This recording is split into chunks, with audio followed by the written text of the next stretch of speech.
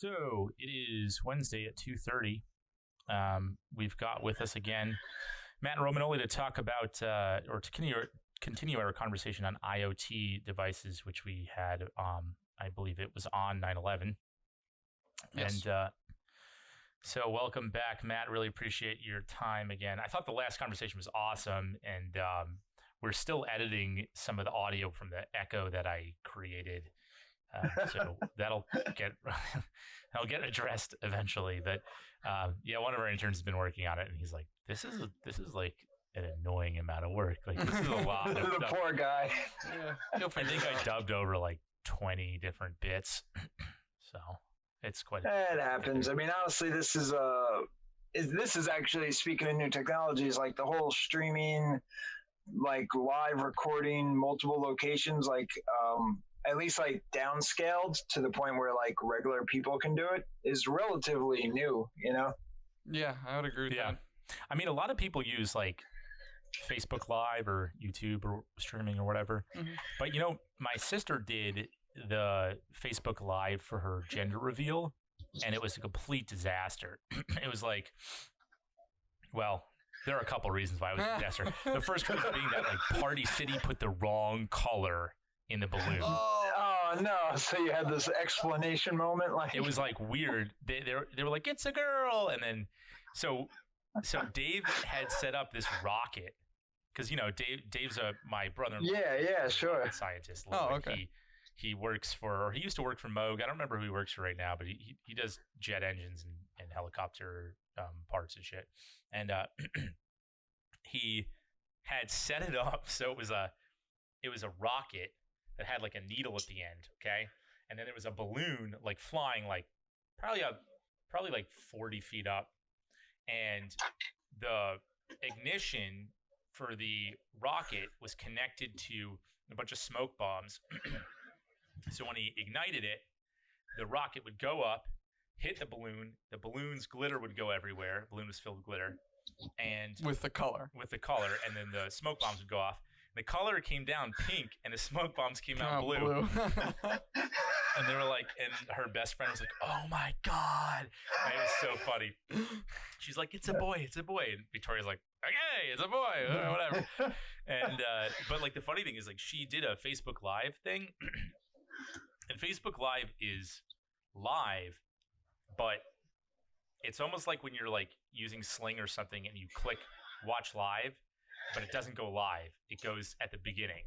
So when you like join Facebook Live, it's not actually live what you're seeing unless you click the button before the live broadcasting started. You have to actually click to fast forward all the way to the end because it's basically like replaying what it's recorded.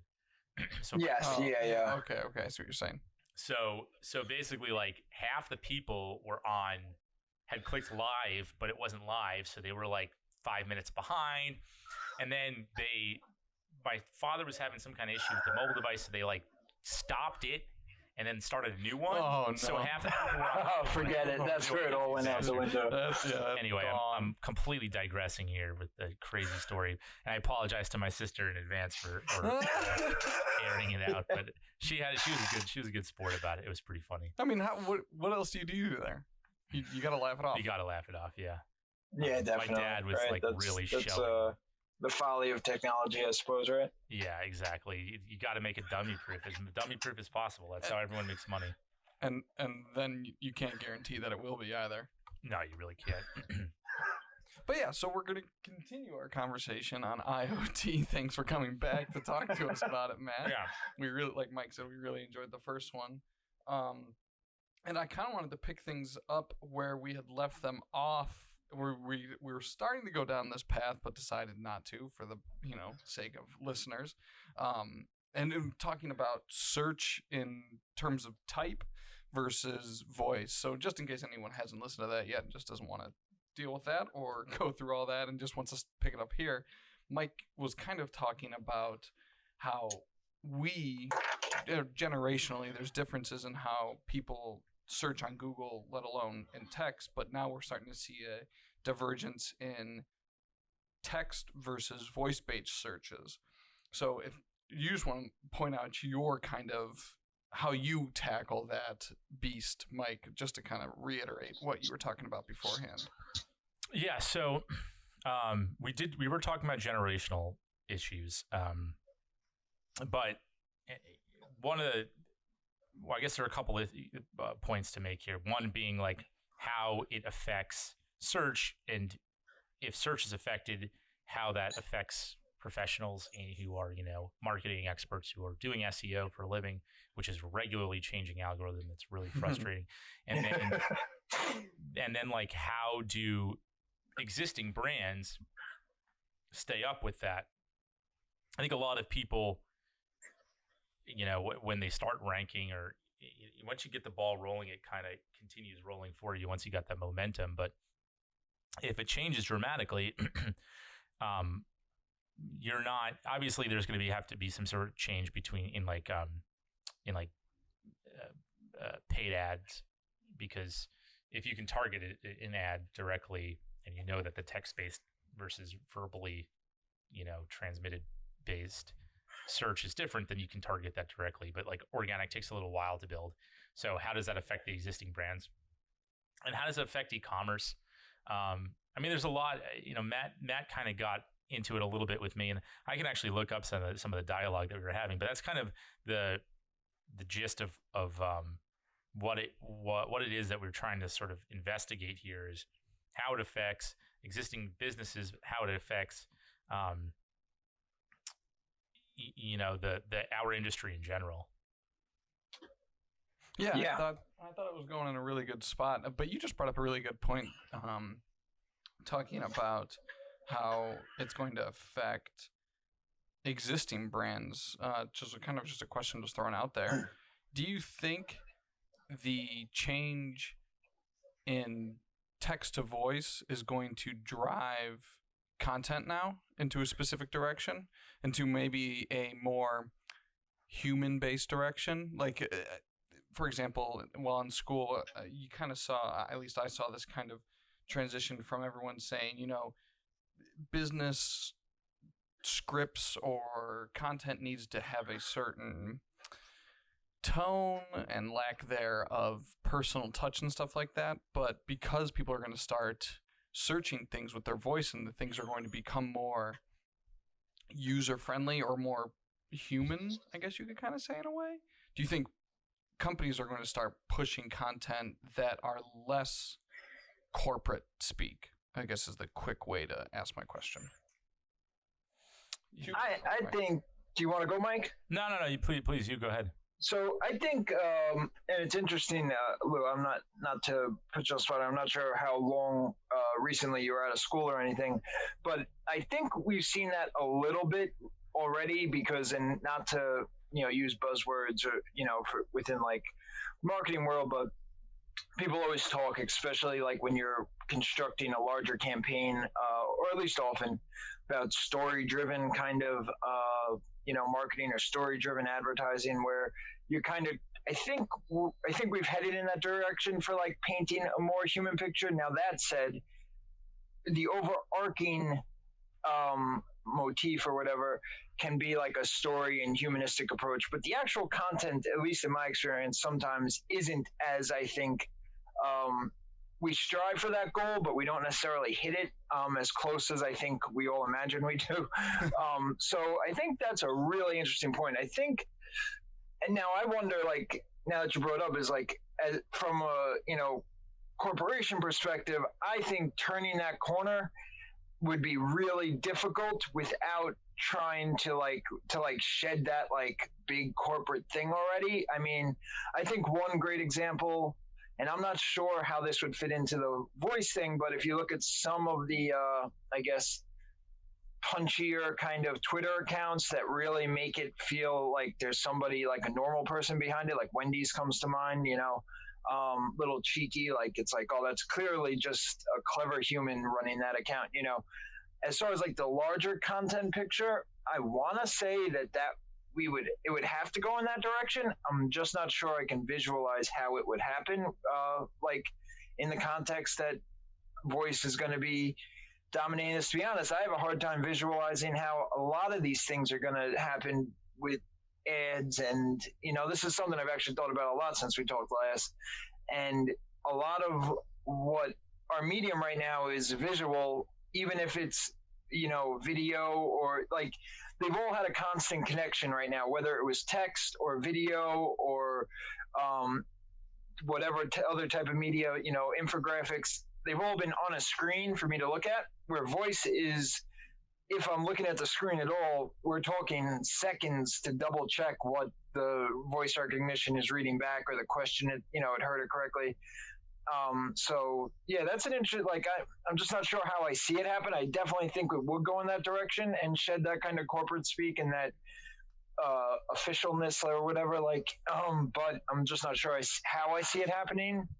May I offer maybe a light on how it might? Yeah, definitely, please. What we're doing right now. I mean, very, very true.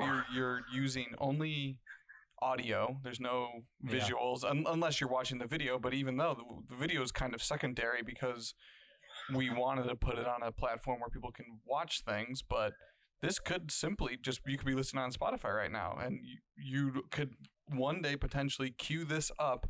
I mean, even today, maybe queue this up only with your voice without looking at a single thing, because you're right. The connecting thing for most medium is the image, whether you're watching a video or listening to a music video or stuff like that. Like, there's always an image, but with this drive to voice, there may be a time, or like I said, it could already exist, where someone might never have known what the Arcane logo looks like, but listen to this podcast every week. There's definitely, this is like slightly, I guess this is the flip side of the coin as far as how audio visual media impacts content.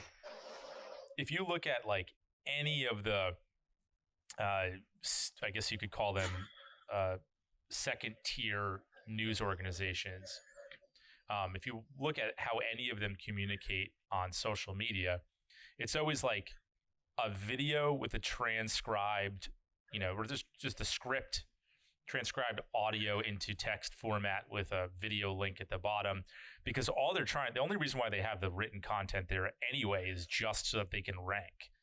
It's just for organic. Yeah, sure. Yeah. So like they're already treating the written content as a secondary medium there. It's strictly utilitarian, whereas the video is actually the goal. And in terms of, here's another thing, like in terms of actually using a vocal search, I'm curious how the audio itself, not just the content of the audio, but how the audio itself will be considered in search. Example being, suppose that you could analyze an audio stream to identify if the waves are indicating that someone's singing. Suppose, for example, that you picked up, if you've ever picked up, like, what is it? Shazam? Yeah. Right? And you're like trying to hum into it. It like never works. It's always trying to pick up the metadata, right? So I'm curious, if I start singing the lyrics to something, right? If Google or whomever is going to be able to analyze that audio and understand that I'm singing, I'm not speaking, and be able to return results to me that are music related as opposed to content related. So instead of the goal being like, instead of typing in song name lyrics to get the lyrics to the song, you would simply just sing to Google part of the lyrics. Or like when you don't know the name of a song, you type in a bit of the lyric, and then you put song at the end of it to let Google know. Right, exactly. This is a song. These are the lyrics. What's the name of this song? Right. You would just say, "What's this?" And then you would start singing. Right. Google's gonna hate it. But I would put money on that being a likelihood within the foreseeable future. I could definitely see that. Yeah, I mean, well, when you think about it, and the article, I guess you had sent me, had touched on a bit too, and I think we had touched on it a little bit at the end last time. the voice search naturally lends itself to those longer. Yes, we did talk about that. It's going to be naturally. It's going to naturally be built to those longer. I think just the way we speak being different from the way we search with words, it's going to naturally be tailored to longer searches or, that longer form, long tail kind of search. So I could totally see that. I mean, I'm not sure I like it either, but it feels a little weird to talk to my phone already. Yeah, but with the amount of, the trend is not, the trend is mobile, the trend is Google Homes and Alexas and stuff like that. So the trend is voice, it just seems like a natural thing. It feels so much better in the car to tell my phone to send a text rather than picking it up and texting when I'm driving, just like my eyes are on the road and all that. So the trend is voice. I guess, I don't know. It's one of those things I guess just going to have to grow to be comfortable with, like other things that change. Oh, absolutely. Yeah. So here's a question though. Does searching, this is kind of a weird question, so let me make sure I'm saying it right. Is searching with voice going to make the results better? Or, so is searching with voice going to make Google or whatever search engine better at understanding what we mean? Or is it training us to ask Google the correct way? So with text, I think it was a lot of people would just put in whatever question they want when like Google first came out and got big and stuff like that. When you were searching in text, you just kind of put in the question and Google worked on getting you the best results. But we saw that transformation where people became better at Googling to get specifically what they want. Like I just gave the example of Mike trying to find the name of a song through lyrics. Like you'd have to type the lyric of the song and then name of this song after it, or music lyrics or something like that. And that would key to Google, oh, he's looking for the name of the song through the lyrics. So is searching through voice going to make Google understand our inquiries better, or is voice going to make our inquiries better, or is voice going to make Google's understanding of what we're trying to ask better? That's a great question. That is a great question. I think it might be easy to at first just naturally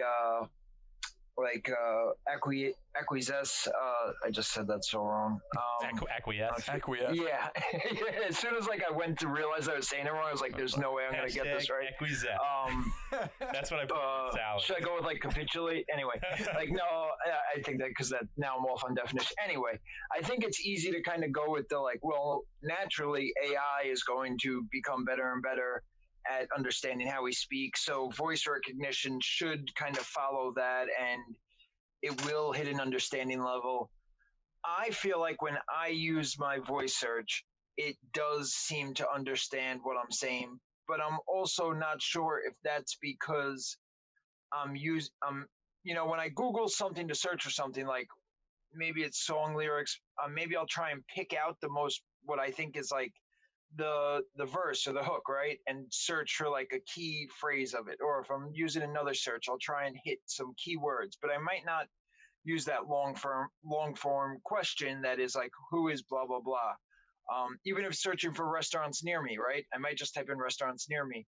Whereas if I'm searching in my voice thing, it might be more I just have a tendency, I feel to be hey, Google, give me, pizza places near me or whatever. So I feel for whatever reason, I tend to use a longer form when I'm asking the phone. And because of that, I think it will one will drive the other, if that makes sense.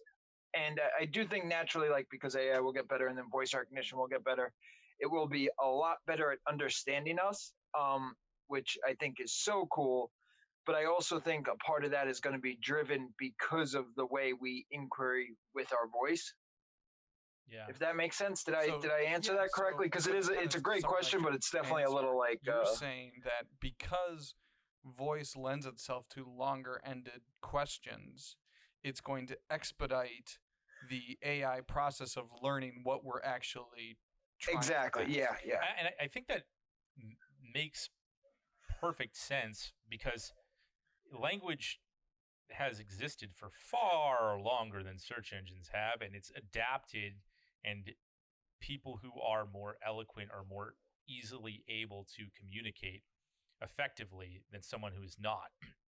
And I think those additional words, when you're creating a long form inquiry, the additional sort of, I suppose, filler words, a lot of your like prepositions and conjunctions and whatnot, those are all lending themselves to actually a more pointed answer.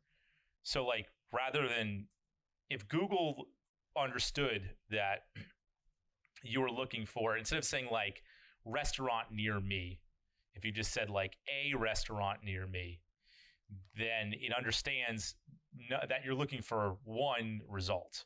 Not necessarily meaning that it's going to return simply one result, but at least it understands a little bit more about the context of the question, where, you could be looking to, if you're looking for recommendations of restaurants near me versus I'm looking for a specific restaurant, then there are perhaps additional questions that it could even come back to you with, or maybe even different routes that it should take. So I would venture to guess that they would want to take an approach that actually makes better use of the advanced form of English, what's the word I'm looking for, vernacular, than short form dialogue. So what I think you touched on, I think, is really what makes it and will help draw, like, one hand holds the other. I think at the crux of it is that voice, what is so cool about it is when we type into Google, and this is something we become so used to. I'm actually like starting to pace around because I guess like this is like feels so interesting, like like my brain's working a lot, but you actually like get to, like, we've gotten so used to Google throwing back 4 or 5 similar search responses. What I think is going to help drive voice and voice searches is that that's going to be able to talk back to me. And then rather than my curiosity click, Korean restaurants near me, or, something that I don't normally think of as a restaurant near me, or whatever other search that I want to dive down the rabbit hole of when I'm trying to schedule something, voice will be able to say, I have this restaurant near you. Would you like me to book a reservation, or would you like me to call, or whatever the search happens to be? You'll be able to, I think, eventually have this back and forth that is, I guess you could say, the equal of like those similar searches that Google normally gives back. Right. But voice will be narrowing down, and have to, by the nature of the voice search, narrow down a single response to you that you would be able to then continue, and because it'll actually be like a dialogue into some degree, I think eventually, I'm not sure that it's there yet. I mean, we do, I'm trying to think of an example, but I think there's like a lot of voice commands are really just a library. I mean, I know that we've gotten past this stage now, but probably like 10 years ago, or less than that, a lot of voice triggers were just libraries of commands. Yeah. Like who, what, where, when, why, how. Yep, definitely. And whereas now we're obviously making it a more concerted effort to actually perform context analysis. I still think we're somewhere in the middle, in between that. So if I had to venture a guess, I don't know, I could say it would be another 10 years, but who knows? Maybe we're advancing at a faster rate than we were over the last 10 years. I don't know. It could be like 5, could be 8. I don't know. But I mean, I don't think we're there yet. I agree with pretty much what it is that you're saying. I do think that we're approaching that, though. I think it's a bit far off. Go ahead, Lou. Do you think voice searches and results are more valuable than text then? That's a good question. So, I don't even know if I want to venture a guess there. Question that no one really has a definite answer valuable to whom? That's even better follow up. So valuable to, I'm looking in the sense of Google. Valuable to Google is a, or Amazon, is a voice search more valuable than a text search? I understand that quantity wise, there are probably I wouldn't even want to venture to guess the ratio, but I'm assuming there's more text searches than audio. Yeah, but valuable to them in the sense of getting or producing a result that is useful to the user. I think there's a few answers to that. I think the first is like there's a difference between if we're talking about actually drawing inferences from audio versus the difference between versus text search and the difference between long form versus short form inquiries.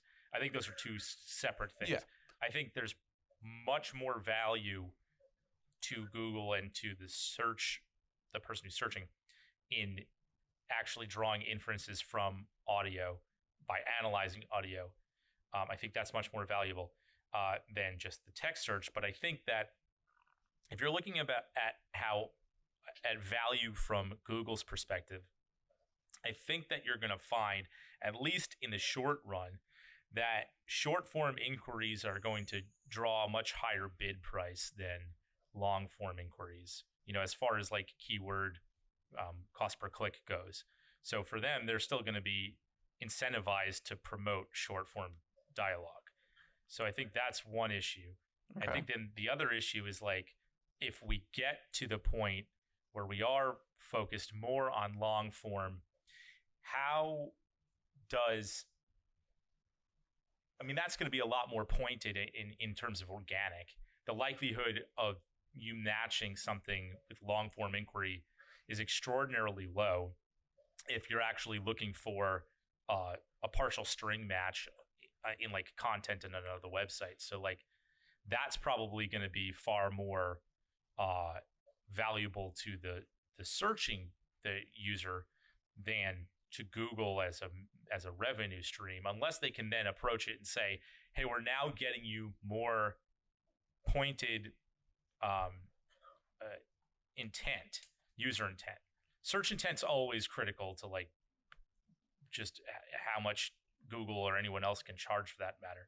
So like in my mind, that's where the value would come, is for Google would have to come back and say, look, if you're gonna use long form keywords, then you're going to get a much more focused result, and for that reason we expect the bid price to go higher, but the competition is going to be really weak. So they're going to have to find another way of approaching this outside of what it is that they currently do, in my mind. So they're kind of like in the sense of using long-term searches. They're kind of like pulling a LinkedIn and saying, hey, this impression or this click is worth more because the audience is more diluted. It's more concentrated, or it's not diluted. It's concentrated. It's exactly who you're looking for. But on the flip side of that is, it's more concentrated, but there aren't that many people bidding for it. So why should the price go up? Yeah. So you're arguing is Google's going to have to find something else here other than just simple CPC. That's what I'm saying. Huh, that's interesting.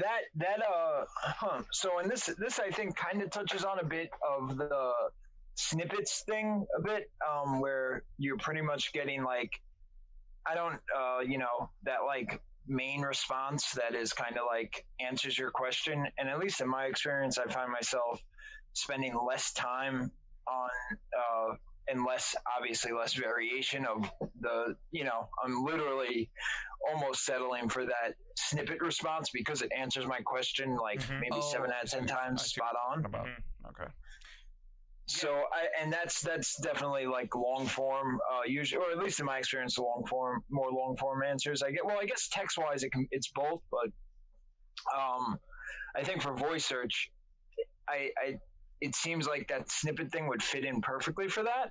I agree. I mean, the whole like trade-off between like a more engaged audience, a smaller, more engaged audience versus a larger, less engaged audience is actually something that is played out on YouTube. If anyone who's participated in a YouTube channel that has grown to, I don't want to pick a number, but grown to like some amount of substantial size, you end up with this smaller portion of your audience that is like super engaged. And it doesn't mean that like it's people that do the same things you do. It just happens to be an audience that's more engaged to your content, whether it's the person making it or the host or whatever. And sometimes it is people of like, if it's of an industry or of a field, it's people that are doing the things you do. But you end up with a smaller portion that is much more engaged. And at least from, this, at least from running the, the YouTube side of things, like you end up usually finding a gap between the rest of them and your more engaged audience that directly correlates with money, and you end up either usually, I guess, sacrificing that larger audience for the smaller one. But when it comes to search results, I don't really see a good answer for how Google would manage it. I mean, I think the user value in user overall searching this will benefit like long term, but most people when they're searching stuff don't realize everything on that back end and all the SEO and work that goes into it. So I don't know. If I can yeah, definitely, real quick, I do think that there are I'm drawing some conclusions here, but I do think that there are trends that indicate that the snippets that you're referring to are being driven by audio, and as a result are changing trends in click-through rates. So I would conclude that may mean that users are actually trending towards finding that more either more helpful to them, or they are or it's just a trend in audio search in itself. Because so Andrew Beck had posted Andrew Beck had posted this article maybe a couple months ago about click-through rates on Google declining over time. So the percentage of searches that result in a click have been gradually declining over the last 5-10 years on a consistent basis, regardless of paid or not. Regardless of, I think it's, regardless of paid or I don't think they do indicate organic and paid, and both of them are declining. Yes, yeah. So it is regardless, but if you look at the graph, and I'll try to find it and send it to you, Matt, it does show that they're declining over time. And so a lot of people were like, their initial response was, especially this day and age of like headline news, knee-jerk reactions. They were just like, oh, like Google search engine optimization is a failing like method. We can't be doing it anymore. And I'm like, well, I don't know. It could be. They don't really say specifically where they drew that data source from, but it could be that more people are performing voice search, and so they're getting a string response than versus like an actual type search where they have a click action to respond with. I don't know if it includes or does not include Google Home and Android OK Google voice searches, because those ones don't necessarily have a click action. The other thing is it could also have something to do with increased mobile usage, because a lot of people who are searching for something on their phone aren't necessarily clicking through. They might be driving or something where they can't look at their phone. They might just be looking for an immediate snippet, like restaurants in my area. And that same thing goes with desktop, really. But like if you're searching like, what are the hours for a restaurant near here? It used to be that you'd get the results for the web page and you click on the web page and then it would tell you the hours. And now they show you in the Google local, what the hours are, when it's busy, where the address is, etc.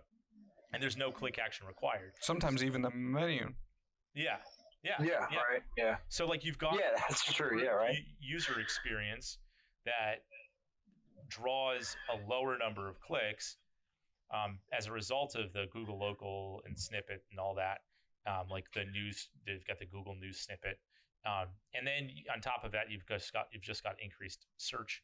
So inclination is that users are likely finding voice search more, I would say, not necessarily much more helpful than text search, but that they're sort of trending in that direction enough for it to impact click-through rates if they're getting a string response, a voice response in string format, or if they're doing searches that are not necessarily, and this goes back to like intent, search intent, are not necessarily requiring an action as much as just immediate information. So, hot take, Google's new advertising revenue stream, if someone searches a specific voice phrase, you get to play back a audio snippet that you've selected. Play back an audio. Yeah. So I type in Arcane Strategies. Who is Arcane So Strategies? it's taking like a sub. So you're not watching the whole video on Google Videos. It's actually taking the portion of the video. See, so you, instead of taking, like right now, pretend you type in who's Arcane Strategies on Google, and it pops up a snippet, and it shows our little about us or whatever mission statement. Say you ask Alexa, who's Arcane Strategies? Google's now, or whoever, Alexa, Amazon's going to sell you that space to play an automated voice audio clip. Because that's what I was trying in my head, and that's why I definitely was. That's your elevator. That's what I was trying to like visualize. Google, Like, as Mike was kind of talking about that stuff. I was like, now how does the bidding and where do I come in? Like, because I know at least how it works a little bit for the text, responses to the snippets, but how do you? That's really interesting because I could totally see something like that, and then I can definitely see like an evolution past that. I do think it kind of makes me also, I guess, to touch a little bit more on what you were saying about if most users are just there, and I guess this makes it really difficult because like I hate to use the restaurant example, but it seems like a pretty common like universal one. Everybody understands. I agree. Everybody understands it. It doesn't mean I'm not an engaged user who's going to eat at your restaurant, for example. I know this is a little weird to kind of phrase it like that when I'm asking for the hours, but like to actually go to your, like to that trade-off, like I feel like the more engaged user base who would click through now rather than just taking the information at face value, I think becomes that much more valuable. And I do think that value, like that value-driven part will, I think, outweigh the rest of it. But it, to me, feels like a big trade-off that people probably won't be happy about. Now, when you translate that to voice, I think you probably end up recapturing the total audience again, because if the more engaged user and then the person who's just taking the information at face value both ask the question or a similar question about a restaurant or restaurants in general through voice, you're going to have you'll be landing both of them at the same level of engagement and potentially with, I don't want to say like the equivalent of the voice click-through, but whatever form of commitment or potential sale channel there is. Does that make any sense? Yeah. Are you suggesting as well that, it's not just us Arcane Strategies who are buying that video, but that any competitor is able to use that as a targetable keyword? Yeah, that's essentially what I'm saying. So it's basically you're not necessarily. I mean, ultimately Google's valuation is built entirely off of public perception. Obviously the share value, because which is pretty much all like the FANG stocks, their share value is well in excess of their book value. So it's all, just public perception. Mm-hmm. So a lot of it is just making, because they get impacted by looking bad. So they don't want to look too bad. They don't want to like start compromising their search by selling, people ad space, voice, or I guess you could say audio or video ad space, for a voice command response that is not appropriate for the situation.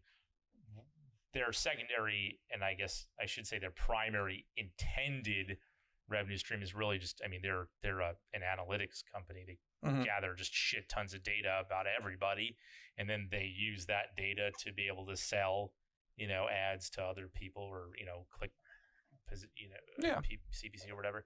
But like those ads right now on their interface are trash for the most part. I mean, they're not.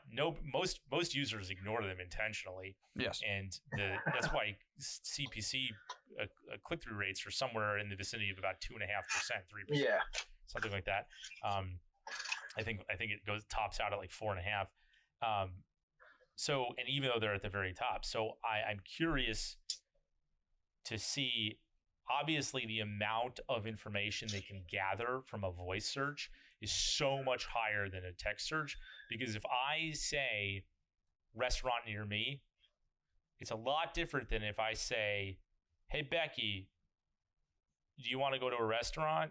Or like, what's a good restaurant for my wife and I to go to? Because now they know that I'm married. They know that I'm heterosexual. They know that, at a certain time at night, this is when I go out or whatever. Start thinking about dinner. Yeah. So when I start thinking about food, yeah, right. That's kind of crazy. Yeah. So they're gonna they can gather a lot more information from a voice search than from a written search. So I think to that end, the value is going back to what we mentioned earlier. The value really is in the additional fillers, the filler words. It's the context. It's all of the other objects that are involved in that sentence. And I think that's where whatever approach it is that they take, it could certainly be the approach that the two of you are saying. I think that makes perfect sense. But wherever it does go, that's where the value is going to be.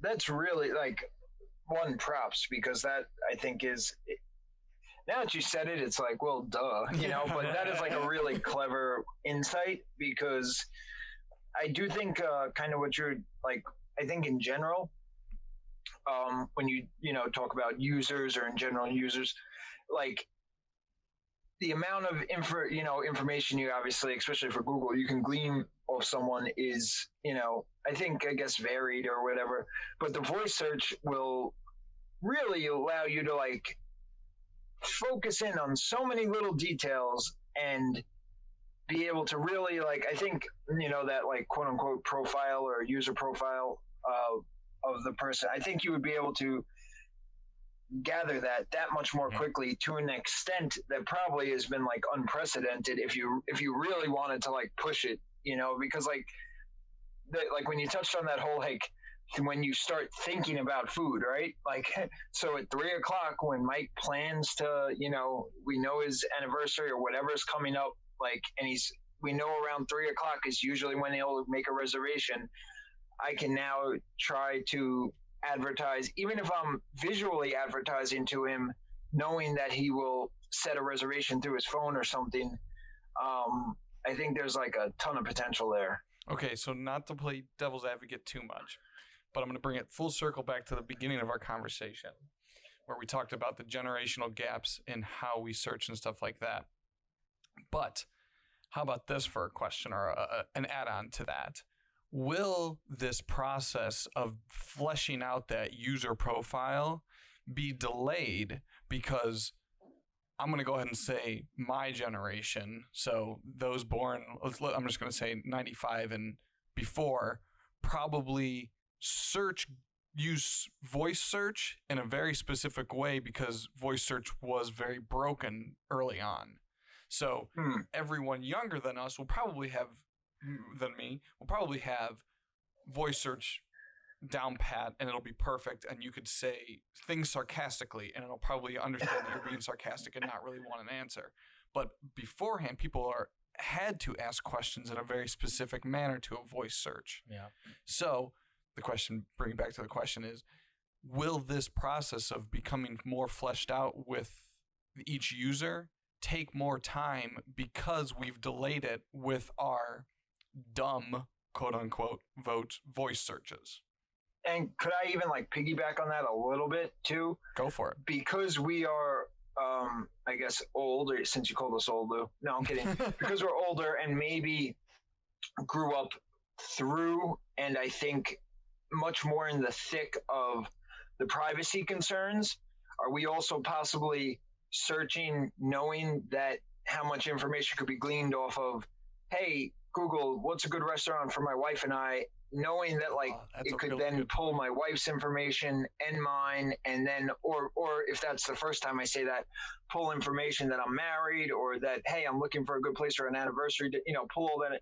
Will we then be more hesitant to like say things into our phone? Because I know when I first realized that my phone was listening, and then I was getting some ads back because that was a thing. Because I still know people who are like, was that a thing? Because it seemed weird. I would get an advertisement for this after I told that. And I was like, yeah, no, that was a thing. So are we already going to be more hesitant to like put information in to like, and say something like, oh, I'm looking for an anniversary, for whatever, so I'd almost wonder if combined, like the combination of those two things, because we grew up in where you had to voice search so specifically and say things almost in a weird manner, and like between the poor recognition of the voice and then the way it would like, the add in and filler words could like throw your search off, combined with like the knowledge that the, of privacy concerns. Yeah, I don't know that I could see that being a hindrance, but I could also see like one search or the proportion of a smaller number of searchers to glean that much more information about me outweighing all the other times that I'm either careful or doing it a specific way out of habit. You could learn a lot about me in a few sentences, so you could also learn a lot incorrectly about you in a few sentences. That's true too. If what you're suggesting is that like it may actually cause people to use it less often because of that security concern, or at least be more rigid in the short form inquiry, then I'm curious, how much can they really rely upon it? Because there's going to be a lot of misinformation that could be picked up by, sarcasm or jokes or whatever. They'd have to infer from the audio itself, which goes back to what I was talking about earlier. But additionally, just the lack of information that you're not providing. Like if I never talk about, here's a great example. We've done a ton of these podcasts so far. I've not once ever talked about like death metal. So how would anybody check you until on that. just now? I'm gonna check you on that. I'm gonna listen and so make like sure. How would anybody know that I like to listen to heavy metal? Nobody would know that, but they might know. They might draw certain inferences from music that's played in the background when we play like royalty-free music. They might draw certain inferences from conversations, or just like my general persona or whatever. They might build a persona of somebody who likes a certain type of music and draw the conclusion that I like, I don't know, country music or something like that. But they would never get the correct information. They'd actually they might go down a path of saying, hey, this guy actually fits the profile of a country music person. Let me start pushing that to him until I start responding to it and be like, I don't want to see these ads. I need to listen to this. And then they can correct that. But like, if that's what you're suggesting, that there is a hesitance, in a more rigid inquiry format, I wonder if they are performing searches under the impression that this is giving them more information, if that could potentially, or that if it's more valuable information, that it could potentially actually create a bit of a regression in performance among people who are of that particular generation. And then I guess a regression which would equate to a hindrance or a time delay to forming fuller profiles. And I totally think eventually they'll fix that. I think a lot of what we're talking about seems like, or at least in my head sometimes, which is a weird place to begin with, but it seems like it could be tomorrow or next year. But a lot of this very well could be like 5 years or 10, like, I don't want to put numbers on things because, like, anyone who follows AI at all knows Deep Dream just beat some of the best StarCraft players in the world this year or last year, I think, or last 12 months or so from now.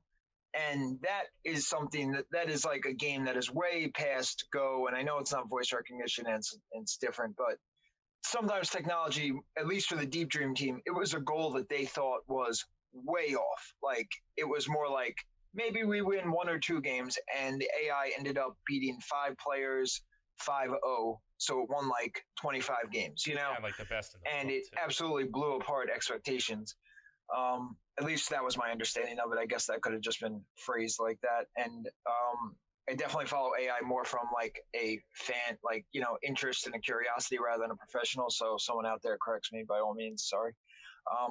But, you know, so I do think, like, as far as creating some of these profiles, I'd also say that part of that is they're already working off of a pretty large base of what they have.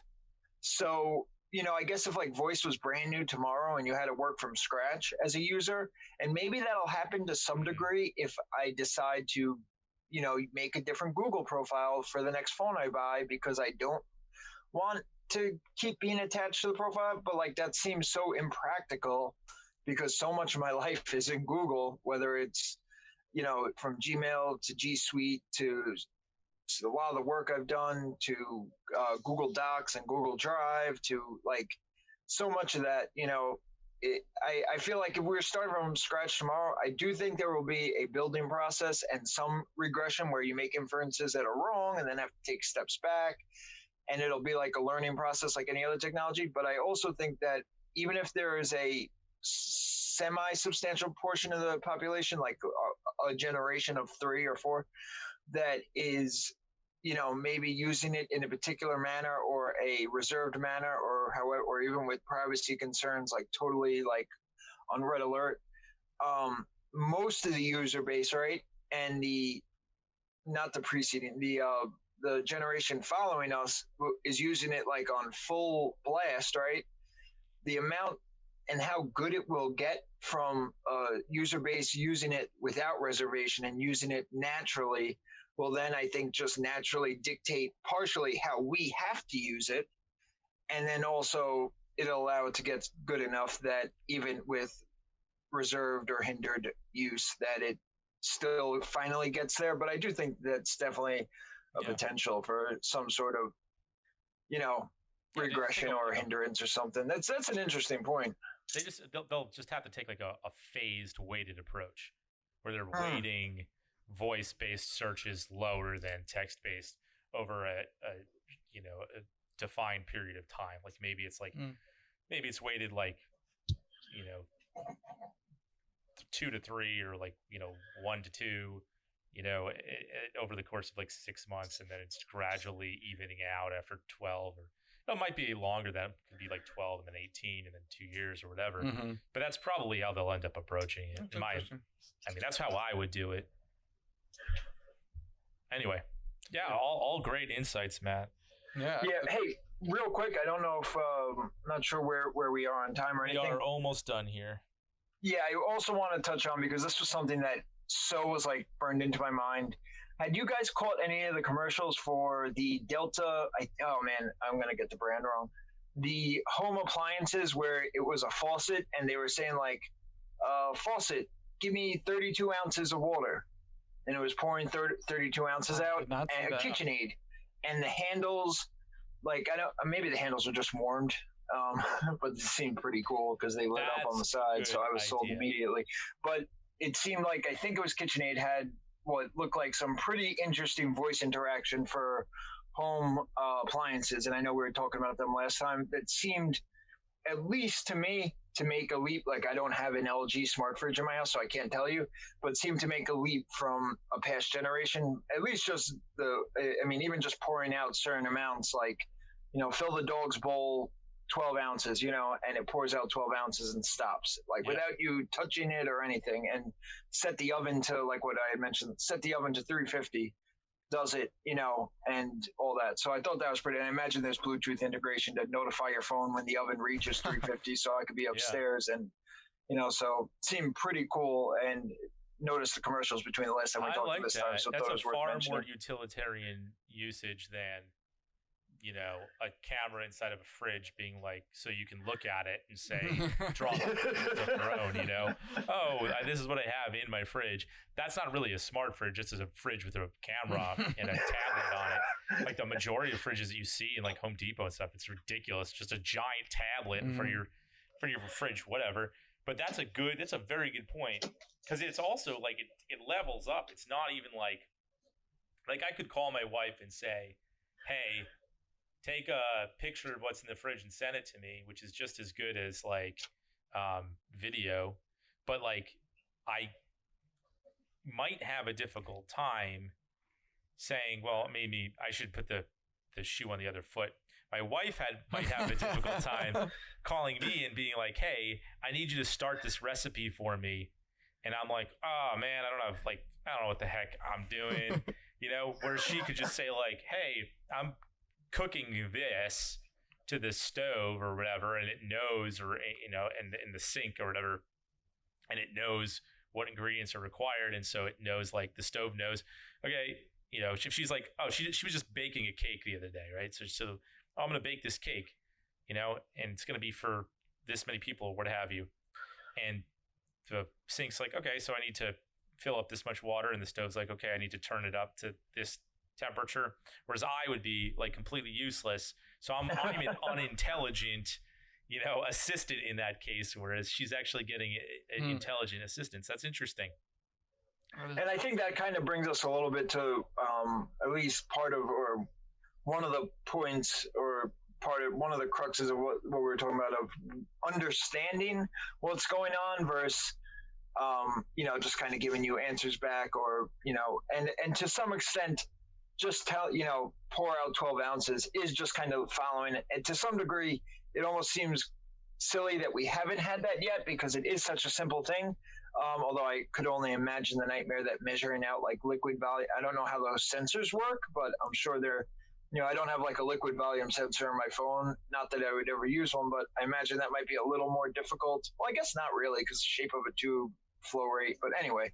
Well, I guess water pressures across the country might be different. I don't know if there's standardized flow rates to faucets, but anyway. Point. That's a good point. But yeah, no, like understand, like sure, that's just like but that is to me what feels like a big step towards understanding, even if it like at base isn't. So, I don't imagine, or I don't know, it's so hard to say how far off, but like, are we that far off from saying, hey, I want to bake this cake from this recipe, and then the phone or the house pulling up a search result for that and doing things like setting the oven, pouring your water, like dumping flour into a cup or something, you know what I mean? Like, I don't know, that seems, it seemed pretty cool stuff. So yeah, that is cool. Pretty interesting. Yeah, that raises a lot more questions for me, but we are sorry. So yeah, man, appreciate your time. Another awesome chat, and now I've got a lot more to think about. I was thinking about last time. I was like, man, I gotta invest in modems and routers, and and now I'm thinking to myself, like, yeah, I wonder, man, a lot of the things that we were talking about there, the analyzing, or context analysis, analyzing voice in itself, and how that, Well, I'm just waiting for Amazon to play me a pre-recorded message from Chipotle when I ask it, what time does Chipotle close? And then I get a coupon. That's in my opinion, that's the next step. That's what you're looking for. I will never eat Chipotle again, and I have no problem saying this on the record. Because there goes that sponsor. No, I'm kidding. I got food poisoning from Chipotle, and I got paid in that lawsuit as a result. Oh, really? The E. coli thing? Yeah. Wow. I mean, honestly, it's a shame, because like lettuce is one of those things that they should have known better. But anyway, yeah, I do think that like and I think in the context of, I wish we could have got a little bit. It's so hard to like, I think, even articulate how it could end up being, where like how the SEO that we do now ends up equating into voice responses, and then on the business end, possibly like trying to bid for those spots. That's like a whole other thing you could probably talk an hour on. I kind of wish we got into it a little bit more, but I think there's so much And I from last time we talked, I was literally thinking about this stuff for 2 weeks, and I absolutely loved it. So thanks for having me. Yeah, Definitely was a lot of fun. Thanks for coming on. Yeah, thanks a lot if anyone was listening, and we'll get this up on YouTube and Spotify every Wednesday at 2:30. Have a good one. Take it easy. Thanks man. a lot, man.